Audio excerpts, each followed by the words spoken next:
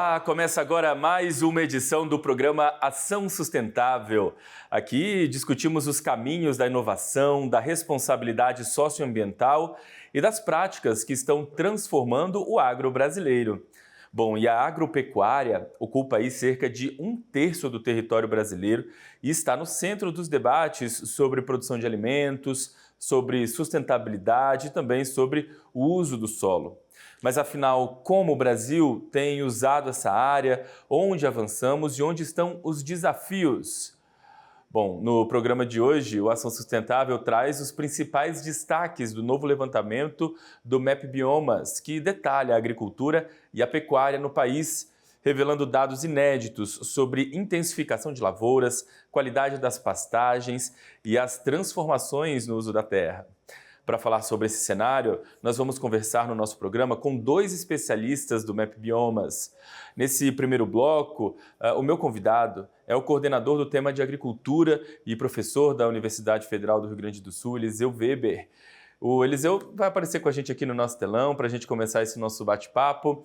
Eliseu, seja primeiramente muito bem-vindo, viu? Obrigado por ter aceitado o nosso convite. Seja bem-vindo aqui com a gente ao nosso programa Ação Sustentável. Tudo bem com você? Bem, obrigado também pelo convite, Felipe. Agradeço aí a oportunidade da gente trazer, né, um pouco de informação sobre esses dados aí que o Mapiomas produz e fico à disposição aí para responder o que eu tiver condições aí de responder sobre esses dados. Vamos lá, então. Primeiro, eu queria que você ajudasse a gente aqui a entender um pouquinho sobre esse novo levantamento do MAP Biomas. O que é que ele traz de diferente ou de repente, mais detalhado sobre a agricultura brasileira, Eliseu? Pois não. Então, o Mapiomas completou esse ano 10 anos, né, de atuação e ele começou mapeando as principais classes de uso e cobertura da terra e gradativamente foi detalhando, né, e nesse ano, então, na 10ª coleção, a gente já está trazendo, assim, aquilo que antes a gente apenas mapeava como agricultura temporária, agora a gente já está discriminando, né, 4 diferentes classes de agricultura temporária. E resta ainda, claro, uma outra. Então, a gente está discriminando soja, milho, arroz, algodão, né? Fora as outras perenes também, onde entra dendê, né? Entra citros e outras culturas. Então, gradativamente, né, a gente vem detalhando esse mapeamento e é o melhor que nós produzimos até agora, né?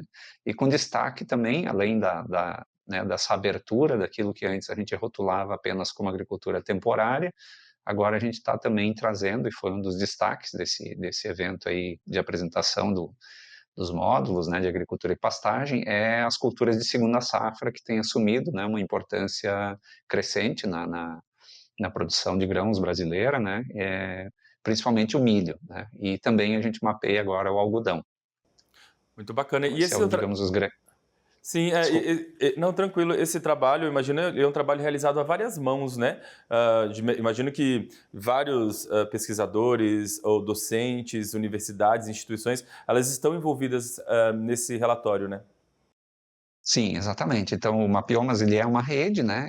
Ele congrega aí universidades, então temos várias universidades federais brasileiras, aí universidades estaduais também, né? Congrega também startups de tecnologia, muitas delas compostas por ex-alunos, né? Que fizeram mestrado, doutorado e hoje estão produzindo ciência, né? Produzindo tecnologia e parte do trabalho deles, então, está dentro do Mapiomas.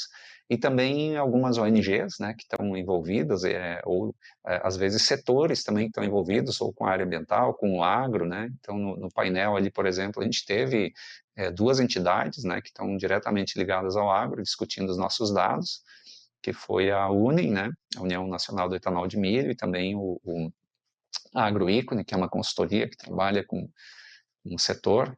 Então, é bem diversa, né, e são dezenas de pessoas, especificamente aí no módulo, nos dados de agricultura, é um grupo não tão grande, né, no Mapiomas hoje são mais de 200, 270 pessoas trabalhando no Brasil, e na agricultura uma equipe, então, um pouco menor. Eu não sei precisar exatamente hoje quantas pessoas são, mas eu diria que aí, diretamente envolvidas, pelo menos uma dezena de pessoas. É muita gente envolvida num trabalho que tem, claro, apresentado resultados muito importantes. Inclusive, esse relatório mostra aí que quase 2/3 da área de lavouras temporárias aqui no Brasil foram cultivadas mais de uma vez no mesmo ano. Queria que você explicasse para a gente o que significa esse índice para a agricultura. Ele é um pouco menos do que isso, assim, se eu não me falho agora, preciso revisar o número exato, mas é algo como 52% da área de agricultura temporária é cultivada com mais de um ciclo, né? Ou seja, a mesma gleba, a mesma parcela, ela é usada para cultivar uma safra, né? Geralmente a safra principal, em termos de Brasil, ocorre no verão, né? E é predominantemente soja, e depois é usada novamente, assim que colhe a soja, é usada novamente para uma segunda cultura, né? Então, isso permite o aumento da produção de grãos sem a necessidade de abrir outras áreas, então é muito positivo desse ponto de vista, né? E a principal cultura hoje de segunda safra no Brasil é o milho, né? Então, uma sequência, assim, que desses quase mais da metade da área de agricultura temporária que tem segunda safra, a sequência clássica é soja na primeira e milho na segunda, né? E o milho hoje, o número exato, assim, ele está um pouquinho, né? A gente lá no painel até estava com dois colegas que são da Embrapa, né? Que trabalham com o setor. Tem algo como 75% da produção de milho hoje é milho de segunda safra. Então isso mostra a importância, né? Desse sistema de cultivo para o setor, e a importância econômica e da provisão de como no caso do milho, tem vários destinos, né? Desde alimentação humana, produção de ração, biocombustíveis e exportação também, né? Pois é, olhando para esses dados, eu queria a sua ajuda, de repente, um comentário sobre o potencial dessa dinâmica para aumentar a produtividade sem de fato ampliar a fronteira agrícola. Existe, né, esse potencial, discussões aí sobre eficiência do uso da terra versus a expansão.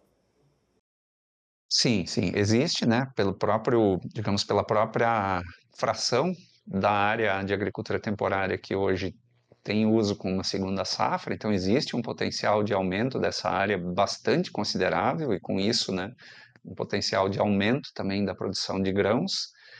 Mas de outro lado, a gente também tem na região principal produtora, né, onde concentra hoje essas duas safras, e é a principal produtora de grãos do Brasil hoje, né, que é a região centro-oeste ali, a gente também tem do outro lado uma restrição começando a se tornar assim mais evidente, né, que é a questão hídrica. Então, o risco climático, né? Então, de um lado, a gente teve, nessas últimas décadas, um crescimento assim, fenomenal, né, dessa segunda safra.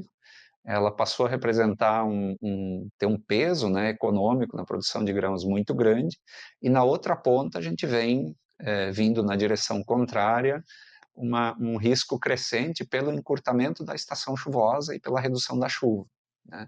Então, o último trabalho de atualização do zoneamento agrícola de risco climático para o milho, por exemplo, mostrou ali a redução de várias semanas, né, na janela de plantio, que pode ameaçar a viabilidade, né, dessa segunda safra desse sistema, porque encurtando essa janela de plantio, né, ou seja, pela deficiência de água, a gente pode chegar num momento que não dê tempo de colher a primeira safra, semear a segunda e ela fechar o ciclo com sucesso, né, com uma boa produtividade.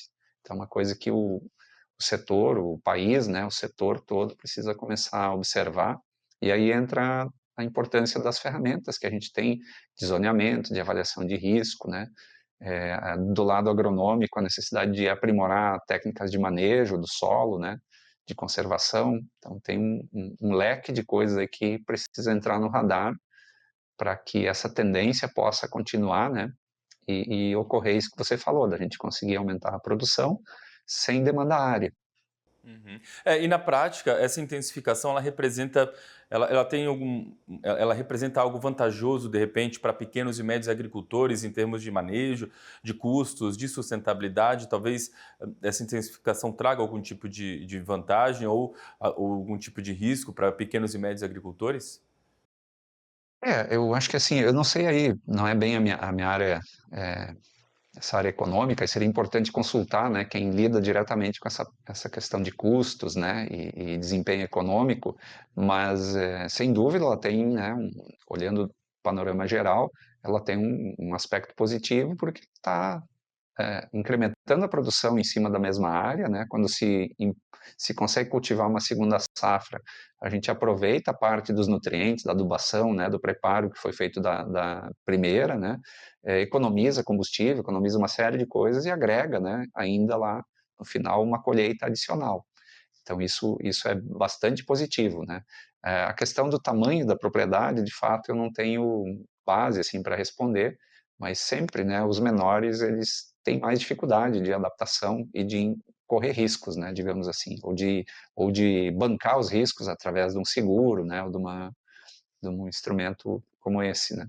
Eliseu, e na sua avaliação, há riscos de repente, degradação do solo ou perda de biodiversidade com essa intensificação? Ah, Imagino que sempre há esse risco, né, quando a gente fala em intensificação. E se sim, de repente, existe alguma forma de tentar mitigar esses efeitos?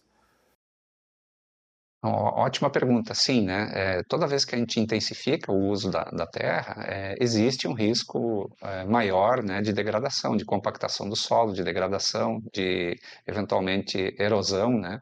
Então, nesse processo de intensificação, é muito importante a gente atentar para as práticas de manejo, de aprimorar essas práticas de manejo, de fomentar, né, de introduzir técnicas que ajudem aí a manter a qualidade do solo, né, a reduzir a compactação, recuperar muitas vezes a estrutura do solo, evitar a erosão, porque afinal, se a gente tem erosão, a gente tem perda do solo produtivo, esse solo acaba indo para dentro dos recursos hídricos, acaba comprometendo também, né, os recursos hídricos, então é um ponto de atenção sem dúvida, né, nesse processo de intensificação, de aumentar, né, as áreas com a segunda safra. Paralelamente, a gente precisa acompanhar com práticas de manejo que permitam que as áreas suportem esse tipo de intensificação.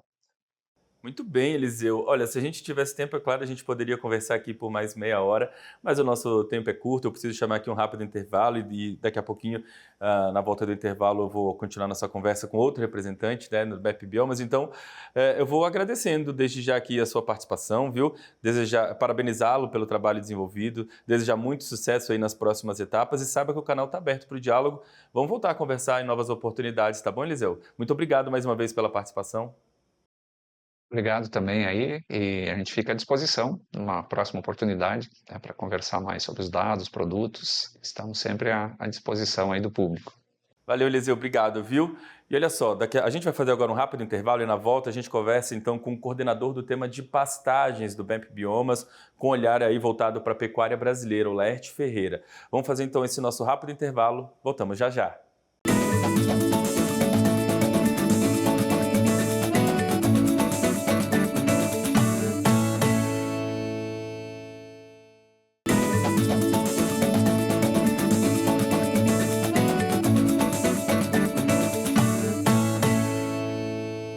Estamos de volta com o nosso programa Ação Sustentável. Sejam todos muito bem-vindos aqui com a gente. No primeiro bloco, nós conversamos com Eliseu Weber e agora eu vou chamar para a conversa o coordenador do tema de pastagens do MAP Biomas, com um olhar voltado aí para a pecuária brasileira, o Laerte Ferreira.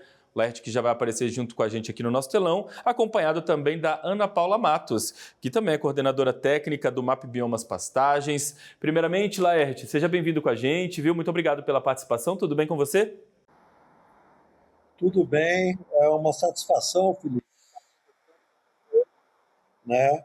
Nesse programa Agro Mais, e num programa especificamente muito importante para nós, que é a Ação Sustentável. Muito bem, Ana Paula, muito obrigado também pela participação com a gente. Tudo bem com você?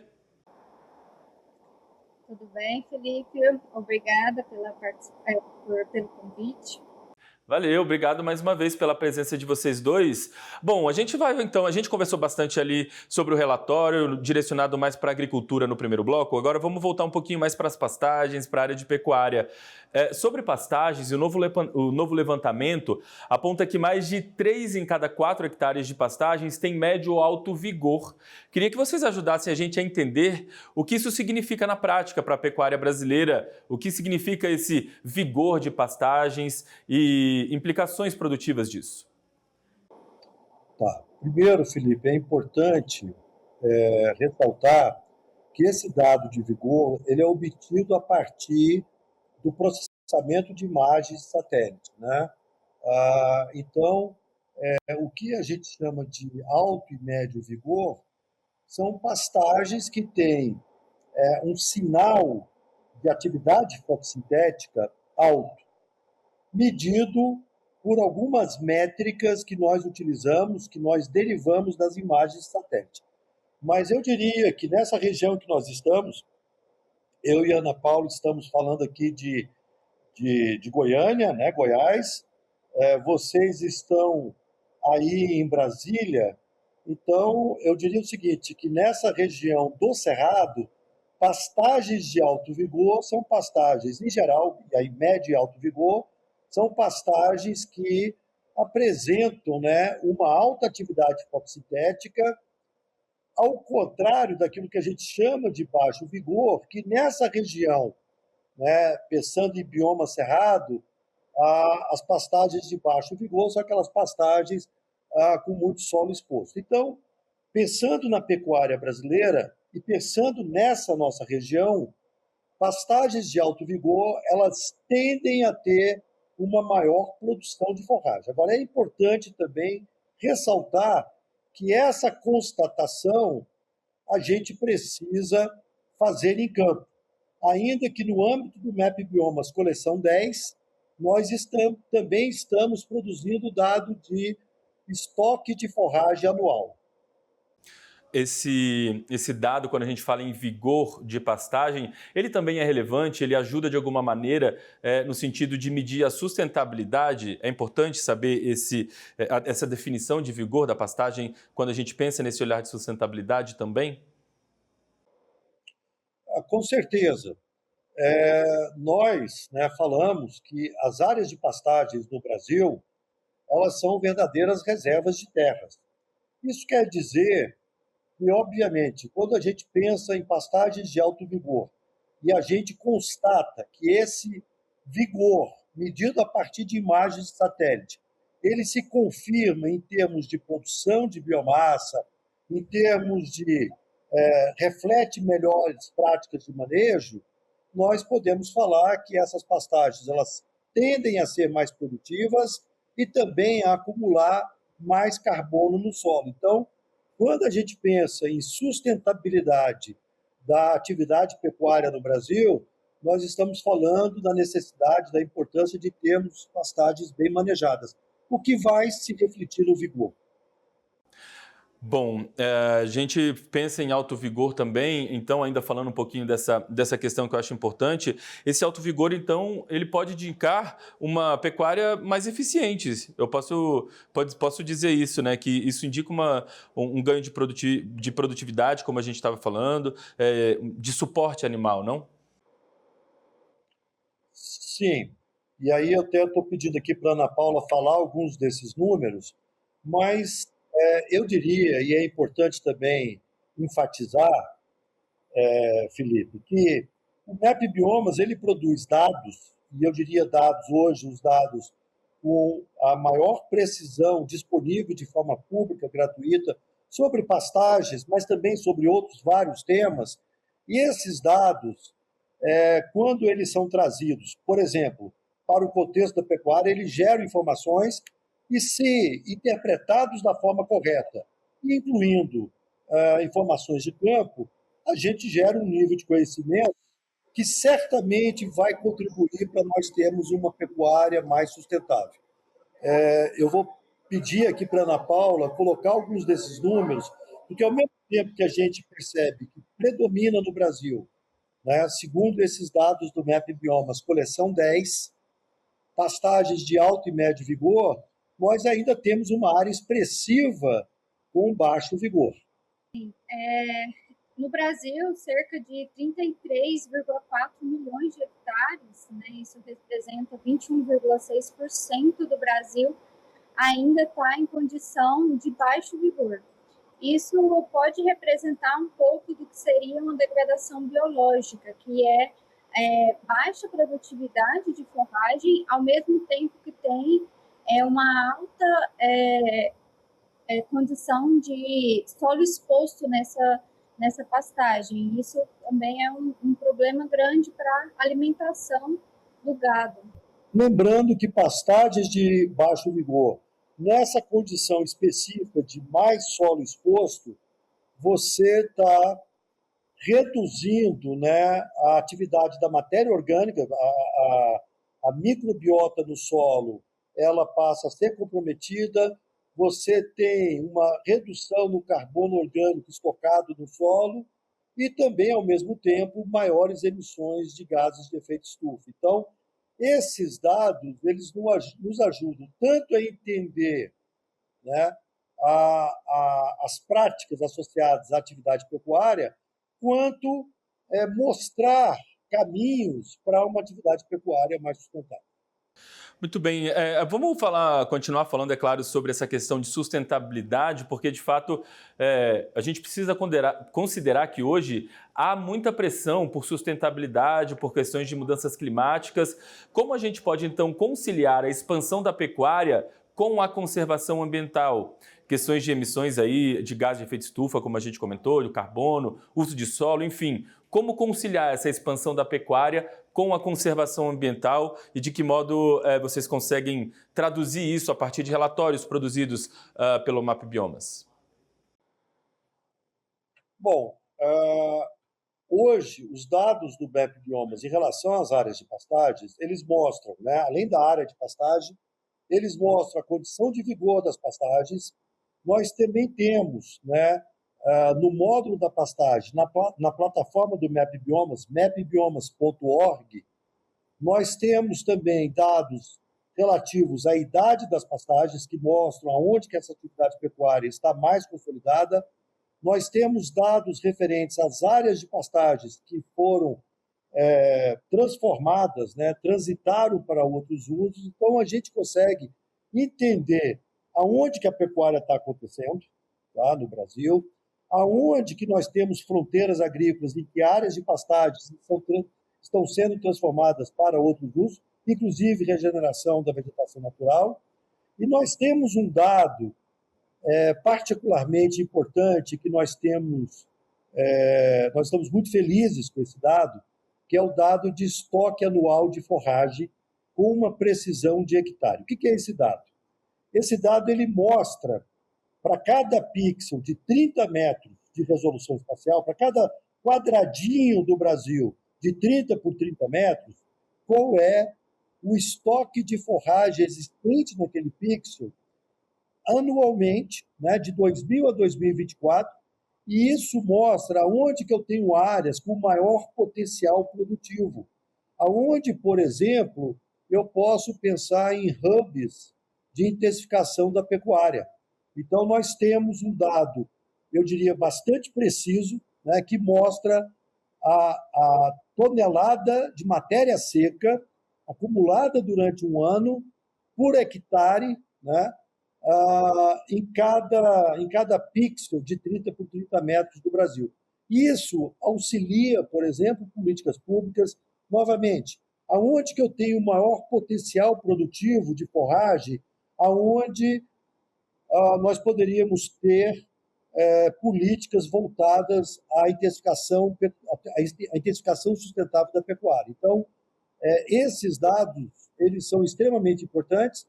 Novamente, são dados públicos, gratuitos, que podem ser acessados na plataforma da iniciativa MapBiomas, mapbiomas.org. Muito bem. Ana Paula e Laerte, para a gente finalizar aqui, a gente já está no finalzinho do nosso tempo, quero saber de vocês que tendências, ou talvez alertas, esse relatório recém-publicado por vocês traz para a pecuária brasileira aí nos próximos anos. Quais são as tendências que vocês imaginam, que vocês enxergam? Olha, primeiro, importante reiterar, passar para a Ana Paula aqui, mas nós produzimos esses dados que estão disponíveis numa plataforma. E o que nós estamos observando é a área de pastagem no Brasil, ela está estabilizada. Há uma tendência hoje, né, de que as novas áreas de pastagens são compensadas por aquelas áreas de pastagens que são transformadas para outros usos. Mas a Ana Paula certamente tem mais dados, porque ela é a pessoa que, inclusive, apresentou todos esses dados recentemente em Brasília, e ela pode dar um panorama em relação, por exemplo, aos principais estados do país e municípios em termos de atividade pecuária, quando a gente fala de área de pastagem plantada. Pode complementar, Ana Paula. Então, só complementar, então, o que o professor já falou. A gente percebeu, de acordo com os dados, que tem essa estabilidade na área. Ao longo dos anos, essa área nova de pastagem ela foi diminuindo, ao mesmo tempo que áreas de pastagens foram sendo convertidas para a agricultura, por exemplo.